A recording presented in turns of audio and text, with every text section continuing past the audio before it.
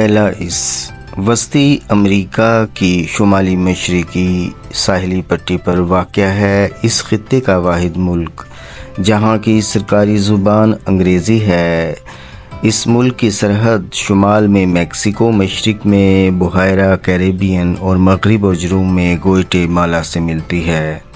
بیلائس جنوب مشرق میں ہونڈوراس کے ساتھ سمندری سرحد بھی بانٹتا ہے۔ بیلیز ایک چھوٹا مگر نہایت خوبصورت ملک ہے۔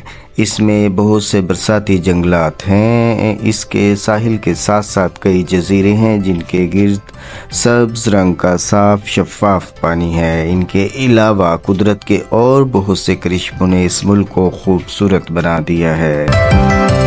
بیلیز میں سینکڑوں قسم کے پرندے اور جانور آباد ہیں۔ مثال کے طور پر یہاں ٹوکانا نامی پرندے کی ایک قسم پائی جاتی ہے۔ یہ شوخ رنگوں والا پرندہ ہے جس کی چونچ لمبی اور رنگ برنگی ہوتی ہے۔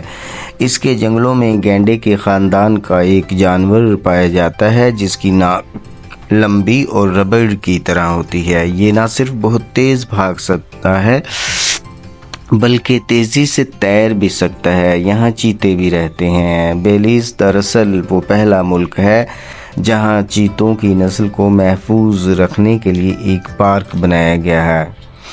ایک وقت تھا جب بیلیز کا علاقہ مایا قوم کی سلطنت کا حصہ تھا۔ پھر 16ویں صدی میں اسپین کے کچھ فوجیوں نے اس سلطنت پر دھاوا بول دیا مگر وہ اسے مکمل طور پر شکست نہ دے سکے۔ اس کے بعد برطانیہ نے اس علاقے پر قبضہ کر لیا اور 1862 عیسوی میں اس کا نام برٹش ہونڈوراس رکھا۔ بعد میں اس علاقے کا نام بیلیز رکھا گیا اور 1981 میں یہ ایک خود مختار ملک کے طور پر ابھرا۔ قدرتی نظاروں کے علاوہ مختلف نسلوں کے لوگ بھی اس ملک کی خوبصورتی کو نکھارتے ہیں۔ یہاں کریول، گیریفانا، مایا اور میسٹیزو قوم کے لوگ آباد ہیں۔ یہاں پر کچھ بھارتی بھی بس گئے ہیں۔ اس ملک کے لوگ خوش اخلاق اور مہربان ہیں۔ جب بچے بڑوں سے سلام کرتے ہیں تو ان کا نام لینے کی بجائے وہ اکثر انہیں مس یا مسٹر کہتے ہیں، اور جب بڑے ان سے بات کرتے ہیں تو بچے ادب سے جواب دیتے ہیں۔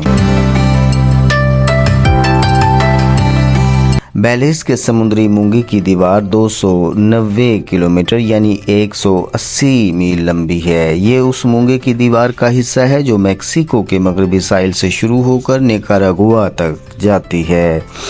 یہ لمبائی کے لحاظ سے دنیا میں دوسری بڑی دیوار ہے جو مونگے سے بنی ہوئی ہے۔ آسٹریلیا کے سمندری مونگے کی دیوار پہلے نمبر پر ہے۔